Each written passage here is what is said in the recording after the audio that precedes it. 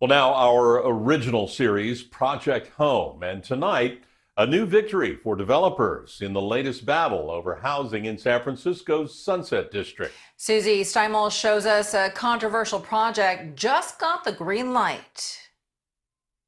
Nobody's super happy. Jim Filiu and his neighbors have been fighting to stop a housing project that would double the occupancy of an old apartment building on their block of Irving Street, making it higher, and also take away parking. This project clearly didn't meet the standards. Despite complaints from more than 100 neighbors, planning commissioners approved adding a fourth floor to the project last week with some minor modifications. It's a battle that's being played out all across San Francisco's west side. The Richmond and the Sunset districts have become a new frontier for housing development in San Francisco.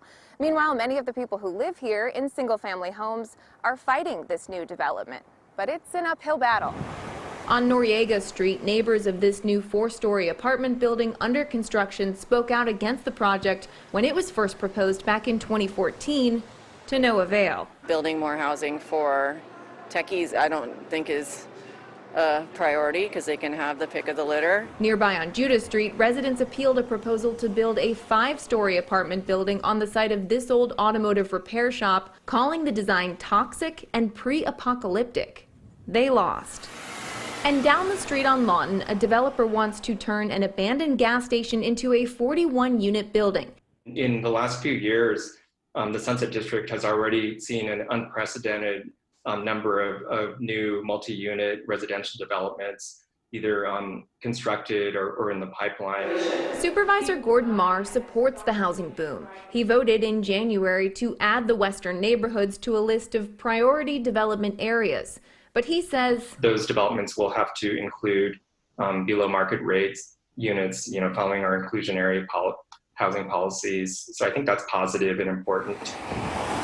San Francisco's Home SF program allows developers to bypass zoning regulations and build higher and denser, as long as they provide a percentage of so-called below market rate units.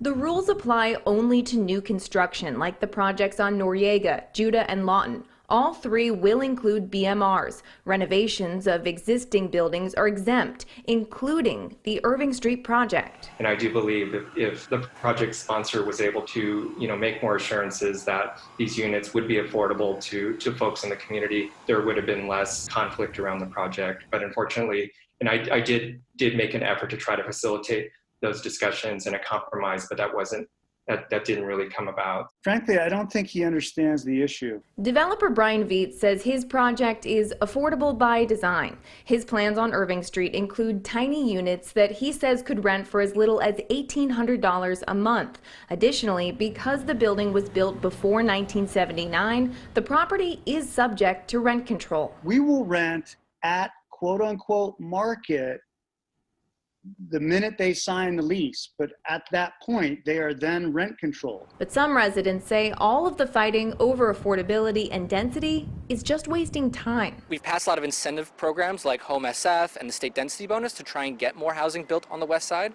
but there's still this awful process that takes years and years to get anything approved, and where we allow any neighbor to say, sorry, this doesn't belong here. He says tiny studios would fit the bill for a lot of people, even at market rate. We need more family housing, but we also need more studios. We need something for everything. We need more of everything. Supervisor Gordon Marr says he wants to see legislation that extends inclusionary affordable housing laws to existing buildings. Right now, those only apply to new buildings. And this is something he plans to discuss with neighbors at a new planning process he calls Sunset Forward that's launching in the next couple of weeks. Susie Steimle, KPIX 5.